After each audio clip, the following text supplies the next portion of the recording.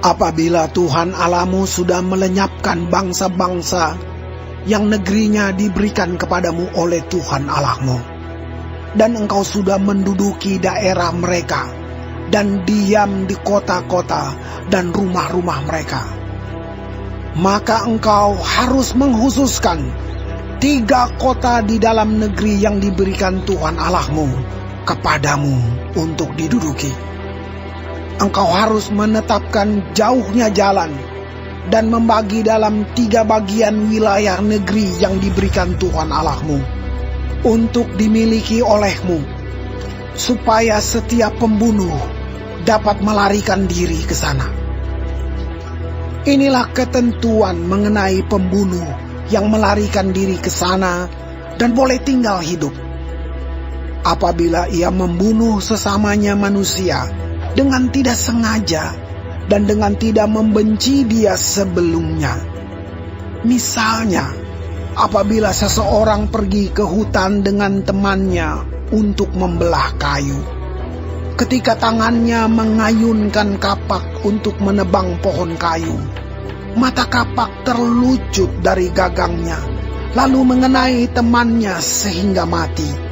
Maka ia boleh melarikan diri ke salah satu kota itu dan tinggal hidup. Maksudnya supaya jangan penuntut tebusan darah, sementara hatinya panas, dapat mengejar pembunuh itu.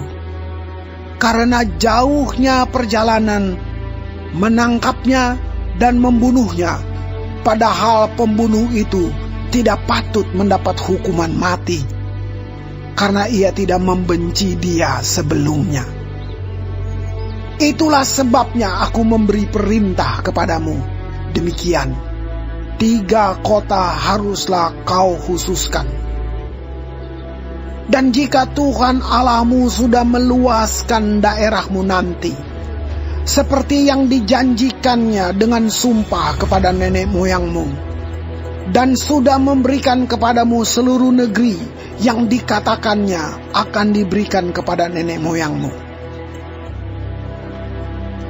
Apabila engkau melakukan dengan setia perintah ini, yang kusampaikan kepadamu pada hari ini, dengan mengasihi Tuhan Allahmu, dan dengan senantiasa hidup menurut jalan yang ditunjukkannya, maka haruslah engkau menambah 3 kota lagi kepada yang 3 itu, supaya jangan tercurah darah orang yang tidak bersalah di negeri yang diberikan Tuhan Allahmu kepadamu menjadi milikmu, dan hutang darah melekat kepadamu.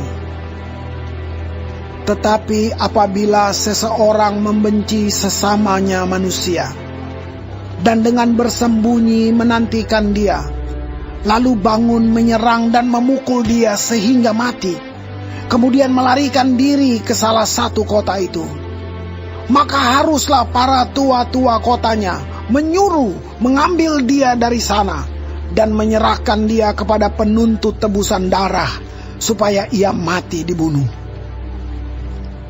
Janganlah engkau merasa sayang kepadanya. Demikianlah harus kau hapuskan darah orang yang tidak bersalah dari antara orang Israel, supaya baik keadaanmu. Janganlah menggeser batas tanah sesamamu yang telah ditetapkan oleh orang-orang dahulu di dalam milik pusaka yang akan kau miliki di negeri yang diberikan Tuhan Allahmu kepadamu untuk menjadi milikmu. 1 orang saksi saja tidak dapat menggugat seseorang mengenai perkara kesalahan apapun atau dosa apapun yang mungkin dilakukannya. Baru atas keterangan 2 atau 3 orang saksi, perkara itu tidak disangsikan.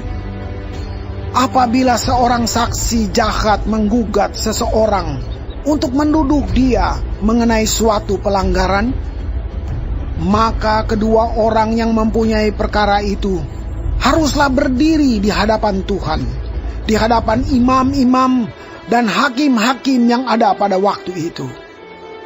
Maka hakim-hakim itu harus memeriksanya baik-baik, dan apabila ternyata bahwa saksi itu seorang saksi dusta, dan bahwa ia telah memberi tuduhan dusta terhadap saudaranya, maka kamu harus memperlakukannya sebagaimana ia bermaksud memperlakukan saudaranya.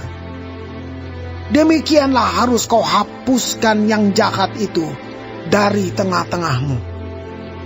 Maka orang-orang lain akan mendengar dan menjadi takut, sehingga mereka tidak akan melakukan lagi perbuatan jahat seperti itu di tengah-tengahmu. Janganlah engkau merasa sayang kepadanya, sebab berlaku nyawa ganti nyawa, mata ganti mata, gigi ganti gigi, tangan ganti tangan, kaki ganti kaki.